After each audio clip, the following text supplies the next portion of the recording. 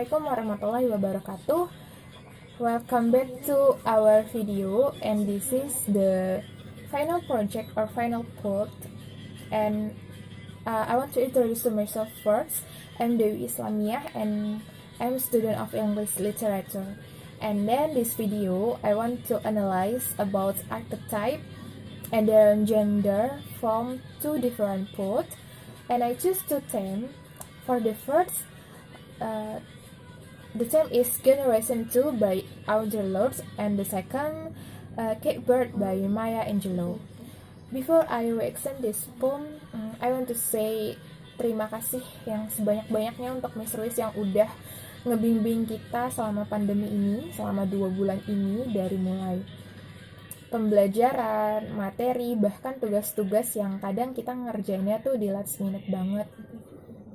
And belajar daring sama Miss Ruiz tuh banyak banget materi yang udah dipahami dari picture-picture yang Miss kasih di forum e-learning. Jadi pembahasannya itu singkat, jelas, padat, tapi kita tuh jadi gampang buat dimengerti gitu. Nggak cuma pembelajaran aja, Miss Ruiz tuh juga kadang suka kasih informasi-informasi tentang semester akhir. Jadi kita tuh lebih semangat lagi belajarnya di semester akhir ini. Okay, now I want to analyze the poem by Audre Lorde. The time is Generation 2, but before I analyze this poem, I want to read the short biography by Audre Lorde. Audre Lorde lahir pada 18 Februari 1934 di Amerika Serikat, tepatnya di New York. Dia belajar di Universitas Otonomi Nasional Meksiko dan di Columbus University. Sebagai seorang penyair, ia terkenal karena penguasaan teknis dan ekspresi emosional, serta puisinya yang mengungkapkan kemarahan pada ketidakadilan sipil dan sosial. Puisi-puisinya dan prosanya sebagian besar berurusan dengan masalah yang berkaitan dengan hak-hak sipil, feminisme, lesbianisme, penyakit, dan cacat, serta eksplorasi identitas perempuan kulit hitam. Puisi Lorde ini diterbitkan dengan sangat teratur selama tahun 1960-an di Langston Hughes, and 1962 New Neighborhood, Amerika Serikat, dalam beberapa antologi asing dan di majalah Lauter Hitam. Selama masa ini, ia juga aktif secara politik dalam gerakan hak-hak sipil, anti perang, dan juga feminis. Pada tahun 1968, Lorde menerbitkan The First Cities, volume puisi pertamanya. Untuk volume keduanya, Cable to Write, di tahun 1970, yang terutama ditulis selama masa jabatannya sebagai penyair di Tugaloo College di Mississippi. Menekankan tema cinta, pengkhianatan, persalinan, dan kerumitan membesarkan anak.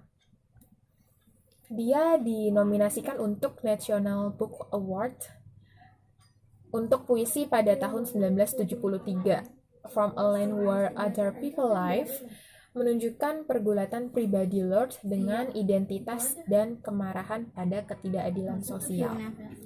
So, I want to read about Generation 2 by Audre Lorde. A black girl going into the woman. Her mother desired and cried for walls alone, and afraid of both theirs angel. And I will analyze the poem Generation 2 by Audre Lorde. In Generation 2, Audre Lorde used persona archetype because she symbolizes herself as a black girl who must have good behavior and attitude in the society, although there is injustice action in white society majority. She would walk alone and afraid of both their angels. It showed that Audre Lorde symbolizes a black girl or black people do not have many friends and should survive themselves because in their society there is a difference per se between white and black people. It shows that being a black people, you have a low prestige. In her poems, Andrew also talks about gender matters because she says that there is inequality between men and women, between black and white people, and about social injustice.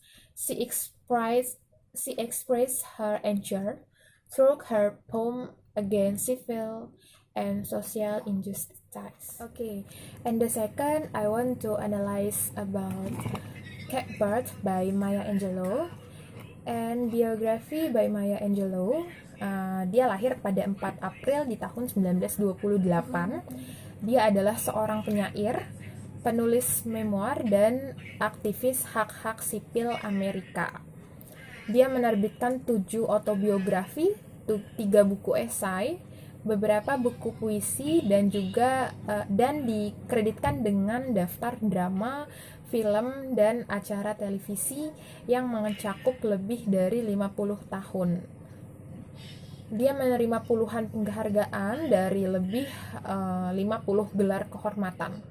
Dia adalah seorang aktris, penulis, sutradara, dan prosedur drama, film, dan program televisi. Dengan menerbitkan I Know Why the Catbird Sings, Angelou secara terbuka mendiskusikan aspek kehidupan pribadinya. Dia dihormati sebagai juru bicara untuk orang kulit hitam dan wanita, dan karya-karyanya telah dianggap sebagai pertahanan budaya hitam. Angelou wafat pada tanggal 27 Mei 2014 di Winston-Salem, North California, tempat ia menjabat sebagai profesor studi Amerika Reynolds di Universitas Wake Forest sejak tahun 1982. Ia berusia 86. Nah, sekarang kita coba dengerin puisinya.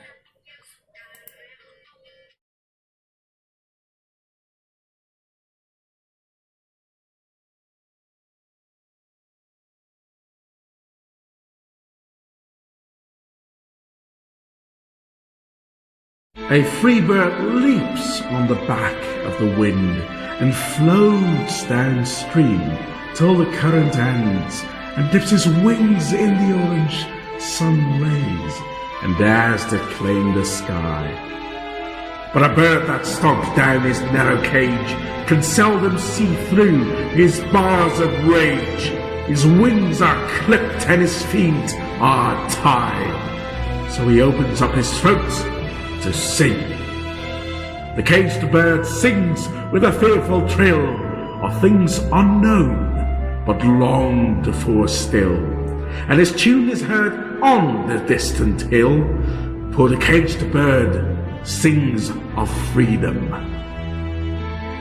The free bird thinks of another breeze, and the trade winds soft through the sighing trees, and the fat worms waiting on a dawn bright lawn, and he names the sky his own. But the caged bird stands on the grave of dreams. His shadow shouts on a nightmare scream. His wings are clipped and his feet are tied, so he opens up his throat to sing.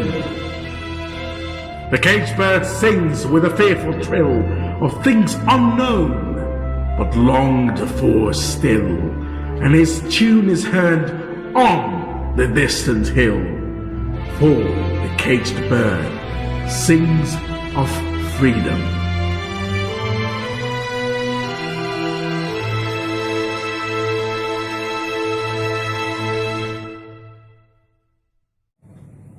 Oke, nah tadi itu adalah puisinya Maya Angelou dengan judul Catbird, and I want to analyze about the poem. In Catbird poem by Maya Angelou, the archetype is persona, because as we can see that the catbird refers to someone who lives in society but have no freedom, and she tries to be patient although it hurts. It is stand it the catbird sing with a fearful thrill of things unknown but long for still, and his tone in heard on the distant hill for the catbird sing of freedom. It is clear enough that she, as a black people, wants freedom and speak it, but the society do not listen and skip it. She always wrote but a catbird stain on the grave of dreams. His shadow shot on a nightmare scream. It symbolizes her life was terrible because of society injustice, but she tried to escape although it is useless. Maya Angelou talked about gender matters in her poem. She wrote about the equality between men and women, between black and white people in her poems. She was the first director in movies as a black woman. That is why she was respected as a spokesperson for black people and women. So this is the analysis about two poems, and thank you for attention.